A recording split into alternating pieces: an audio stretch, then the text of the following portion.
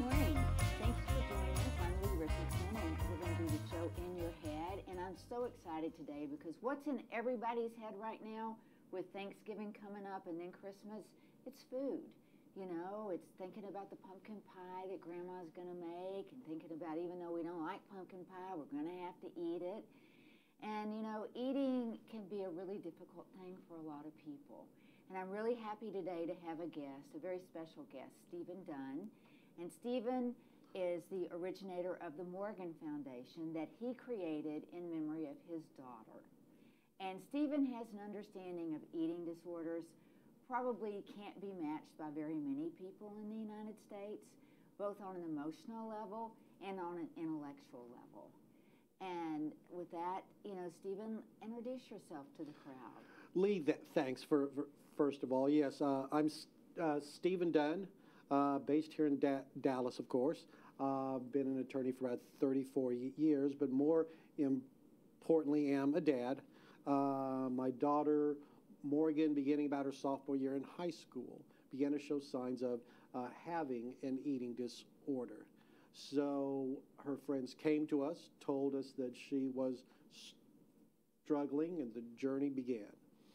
We fought this thing for 7 years, but finally in October 2016, it took her life. And of course, during the time, we would have her in residential treatment centers and seeing doctors and counselors, and I studied the disease in the brain. And after after the disease took her, really looked into it, and is pretty much a full-time, not just an avocation, but a vocation for me. And we're looking into the causes of this disease and what can be done from this point on to fight it on a more substantive level. You know, and you make a really good point, Stephen. It is a disease. Just like, you know, people, when I talk about addiction is a brain disease. People are like, no, it's bad choices.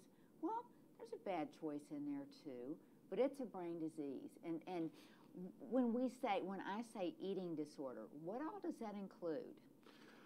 Well, the DSM, really the Bible that counselors and psychologists and psychiatrists uses was amended in 2013, and there are 5 different recognized eating disorders in the book right now.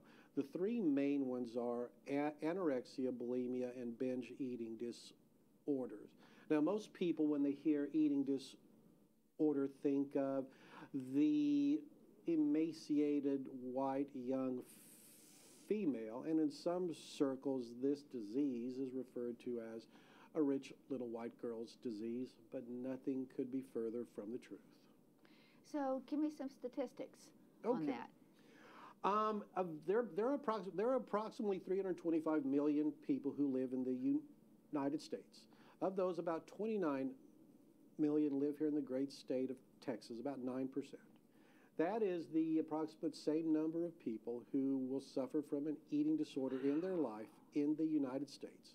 So just think of every man, woman, and child you see in your office, or in the cars, or in their office, or in their homes, in the state of Texas, being afflicted with this disease. So does it happen, you mentioned it happened when your daughter was around 17. Does it happen then? Can it happen any time in life? It can happen any time in life, and the more we learn about the disease, the more we see signs even at an earlier age, as young as 5 years old and up. Wow. And it can go through till the end of our life, 50s, 60s, 70s year olds. There's a study in the UK that came out a few years ago indicating that women who go through divorce in their 40s and up have a higher percentage of eating disorders than other women in their population.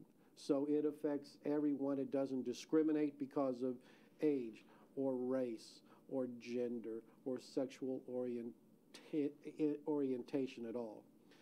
In fact, most people don't know the most common eating disorder by far is binge eating disorder. Bulimia is after that, and anorexia is after that. And the statistics are also showing us that binge eating disorder and bulimia are just as prevalent in the Hispanic and African American communities as anorexia is in the Anglo community. And on top of that, there is a higher percentage still in the LGBTQ communities as well. And that is a community that is being severely overlooked.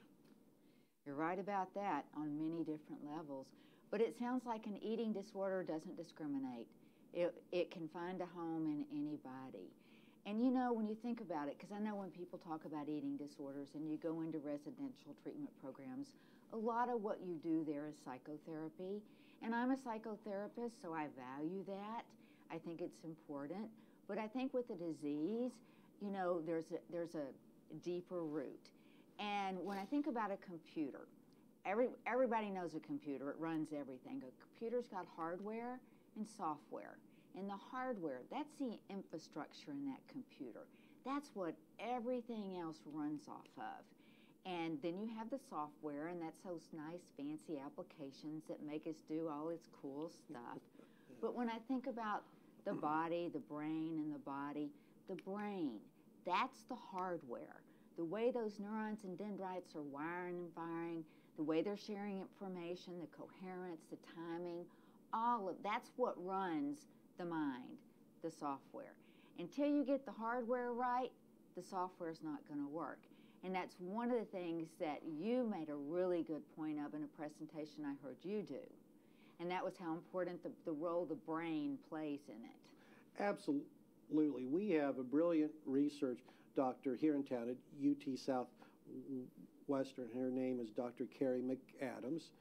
And Carrie is fond of saying the disease is not about the food, but it is about the food. If you don't eat to nourish the brain, to get the brain operating as it needs to, you can have all the counseling on the face of the earth, but the message is not going to be absorbed.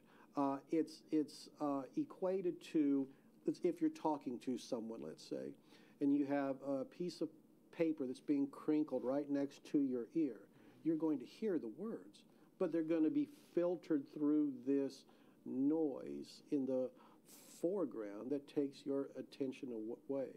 When a person has an eating disorder and it has a person in its grip, the brain can't process, so it's like they're hearing the counseling, the messaging through filters that take away its effectiveness. And you know, in my world, that noise that you're talking about, that noise is because the brain is in a dysregulated state. If the brain's not sharing information, and it doesn't matter if it's sharing too much or not enough, it's dysregulated, and it can't process effectively and efficiently. You know, or the noise could be too much fast wave. Too much fast wave can make you really anxious, or it can be too much slow wave, which puts you into a brain fog. But in any of those states, that brain can't really hear and respond to the message. You know, the brain, everything we do, how well we do it or don't do it, depends on how that brain's working. Absolutely. And our doctors know or believe that there are certain parts of the brain that are specifically involved with a person who's really struggling with this disease. And those parts of the brain process the feelings and thoughts in different ways depending on the type of eating disorder you have.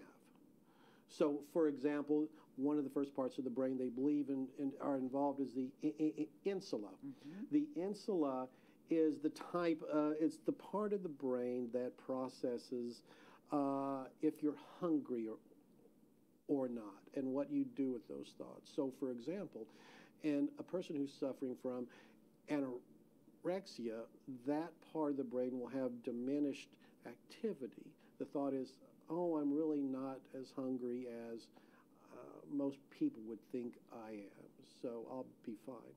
A person with bulimia and binge eating disorder, it's the exact opposite. I'm more hungry.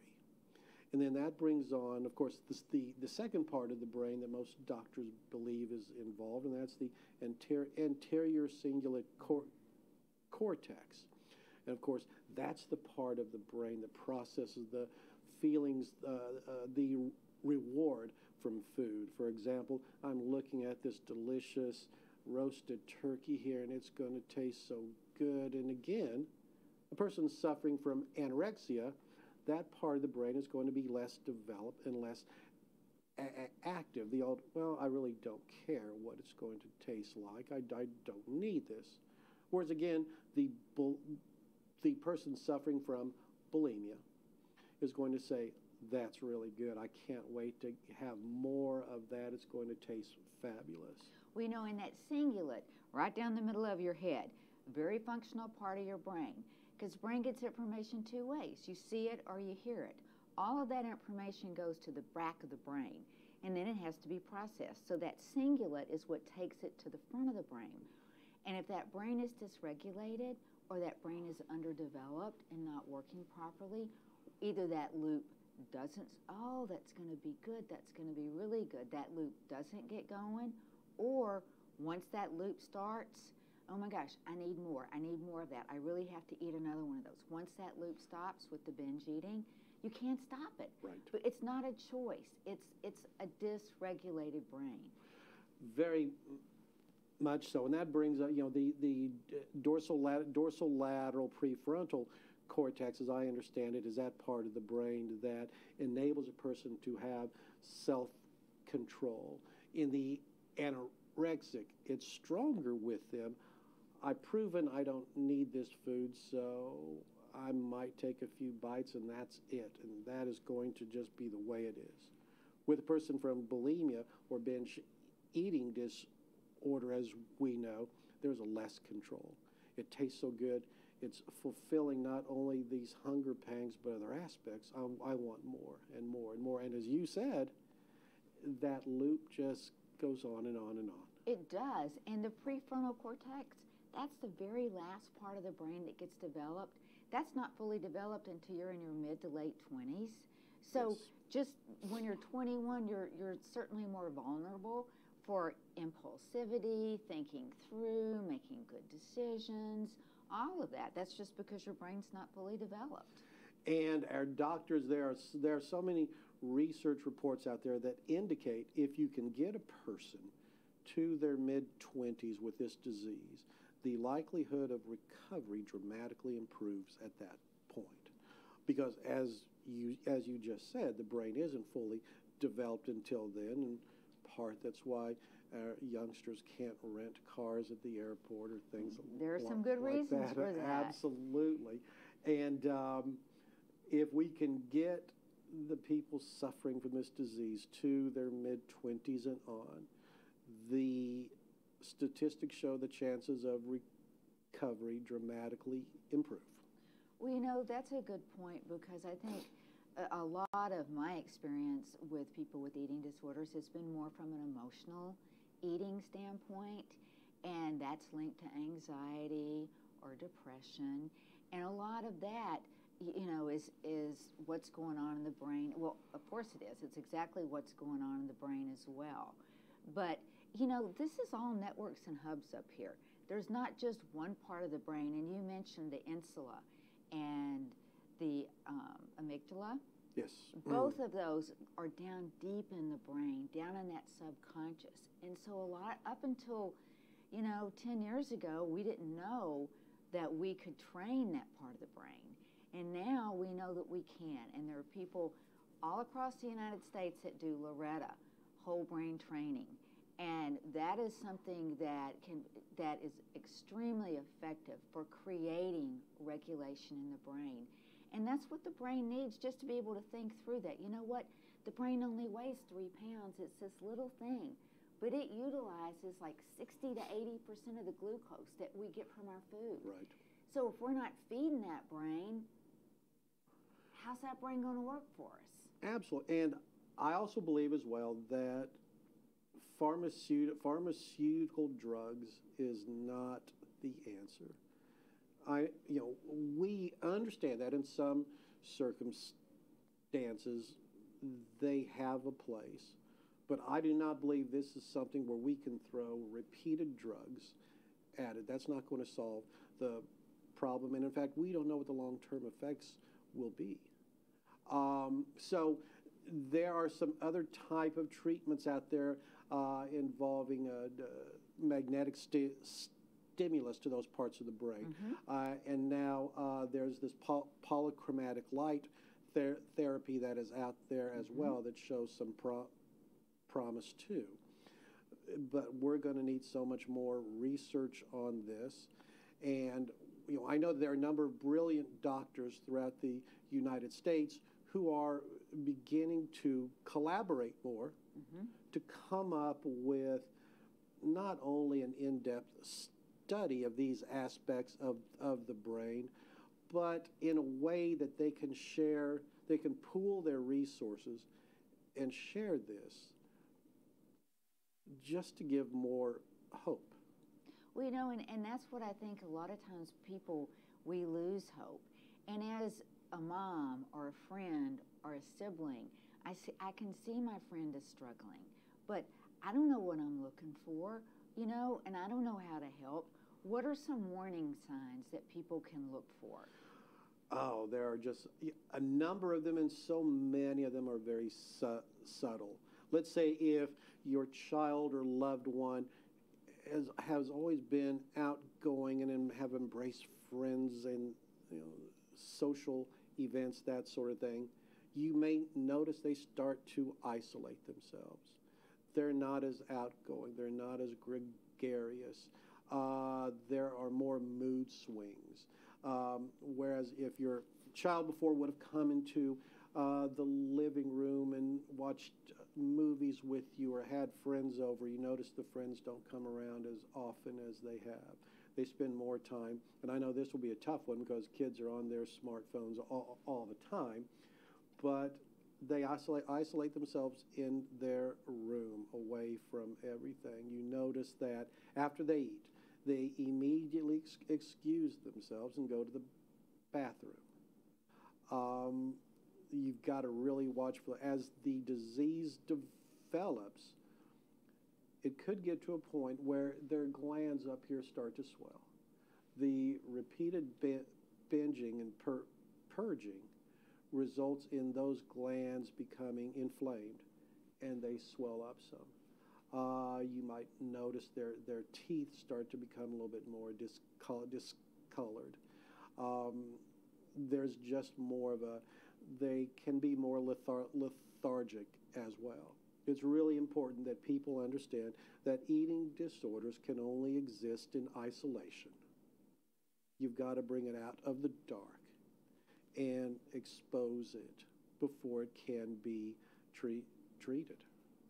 Well, are there resources out there for people that, that think, well, maybe my sister or maybe my friend needs some help? But you certainly can't go up to somebody and say, I don't think you eat enough, or when's the last time you ate, because that puts a whole layer of stress in there that just makes it worse. Absolutely. I know there are a number of parents throughout the United States that I can have people get in touch with, not just to talk, not just for them to talk about their experiences, but also to get them to trained counselors and doctors. Of course, I'd be more than happy to talk to anyone at all. And then we have the great group in Washington, D.C. called the Academy for Eating Disorders. You can find them on the web, and I think their website is academyforeatingdisorders.org. And they have lists of counselors and doctors and treatment people on their website that you can get in touch with. Also, as we know, Thanksgiving is coming up, and for a person with an eating disorder, that day can be so incredibly hard. There are a number of things that we can do, but if a person who is suffering is in a really bad place and they don't have a friend they can talk to at that very moment, there is a crisis text line that they can contact from their phone. And all that you have to do is type HOME, HOME, to 741-741 on your phone. So all you have to do is type HOME to 741-741. That's correct. And the first two messages you get are automated ones. One, confirming you wanted to get in touch with them, and then two, asking for you to tell them a little bit more. And in a few minutes after that, a trained volunteer will be communicating with you, and it can be confidential. You don't have to give your name. You've got just a resource here that you can use to get immediate help at that time. And I strongly urge, and it's not just for eating disorders as well. Any person who is struggling with any type of mental illness or self-harming thoughts, reach out to these folks. You know, there are people out there who care and only want to help, and it's just right. It's right there at your fingertips. Absolutely. And that's one thing we all know how to do. We all know how to text, and we do that very well. Yeah, except mine is more like this instead, with thumbs flying, of course. But you still know how to do it. Yes, I do. Absolutely. You know, so as we move forward to the holidays, because, gosh, we've got Thanksgiving, and then we've got Christmas, and then we've got the cookie bakes, and, you know, and then after that we've got New Year's, and we're going to have to make all these New Year's resolutions to kind of focus on undoing the bad that we did during the holiday season. That's stressful. Absolutely. And for moms and dads, for significant others and spouses whose loved ones are suffering from this disease, there are just some things you can do and should not do. Can you share those with us? Absolutely. If you know your child or loved one is struggling, de-emphasize the food. It's so easy to say, oh my gosh, the pumpkin pie is so good and the Thanksgiving is fabulous and have more and you can't wait and everything smells so good.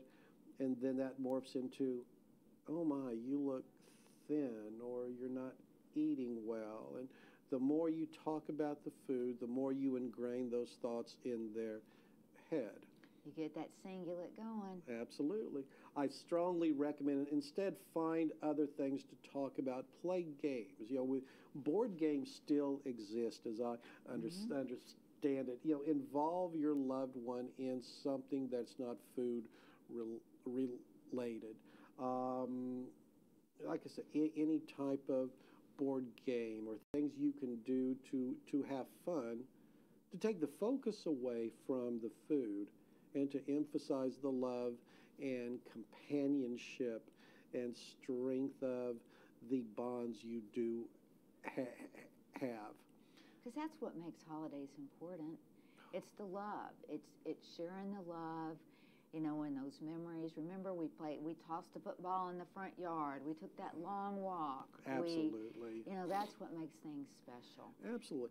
And then if you're struggling with this disease on those days, have a friend, a safe friend that you can talk to. Ideally, it'd be great if they were with you on that day, but if not, just tell them you may be sending them a text because you're struggling. You want help. You need a voice just to talk to. Have a safe friend. If you can't have that, then that crisis text line is there. And so I think the most important thing when you're suffering from this disease is know you are not alone. You're never alone. There are those who have walked this path before you. Unfortunately, there will be those who walk after you as well. But you're not alone at all. And there are people out there who understand and can and will help you. And I think, it's most important to know that, because up until 10 years ago, we didn't talk about anxiety, we didn't talk about depression, we didn't talk about eating disorders, but we're beginning to understand the importance of mental health. We're so concerned with our physical health. Oh, I've got to exercise because I don't want to have a heart attack. Oh, I've got to watch my sugars because I don't my insulin and diabetes. But I think what we all need to think about is, we need to pay attention to how we're feeling on an emotional level on a cognitive level, because our mental health is just as important as our physical health. And if you need help, it's okay to stand up and say, I need help. And there are lots of people out there that will help you. And I know you mentioned to me before we started talking that any parent or friend or sibling or individual that felt like they needed to contact someone that has personally lived through it, that you're very welcome to receiving emails. Absolutely. My email address is Stephen with a V at themorganfoundation.org, or you can also find me on Facebook. Reach out to me on there. I'll accept your friendship request, and we can Facebook message live. I've done that a number of times, or we can text or talk, whatever it takes. If we can save lives through just love and communicating and talking, then we absolutely will. Absolutely. And as we move forward, stay in touch with the Brain Performance Center Facebook page, because we're going to have a couple more podcasts that deal with healthy eating and just having a healthy relationship with food, because we need it. We desperately need it. Absolutely. Well, thank you so much for being part of the show today. And as Stephen mentioned, you can find the Morgan Foundation online. You can find the Morgan Foundation on Facebook. So I encourage you to tap in, to look at those resources that are out there. And if you have a friend or a sister or a son or a daughter that needs help, please let them know that it's okay to ask for help, and that there are lots of people out there that want to help.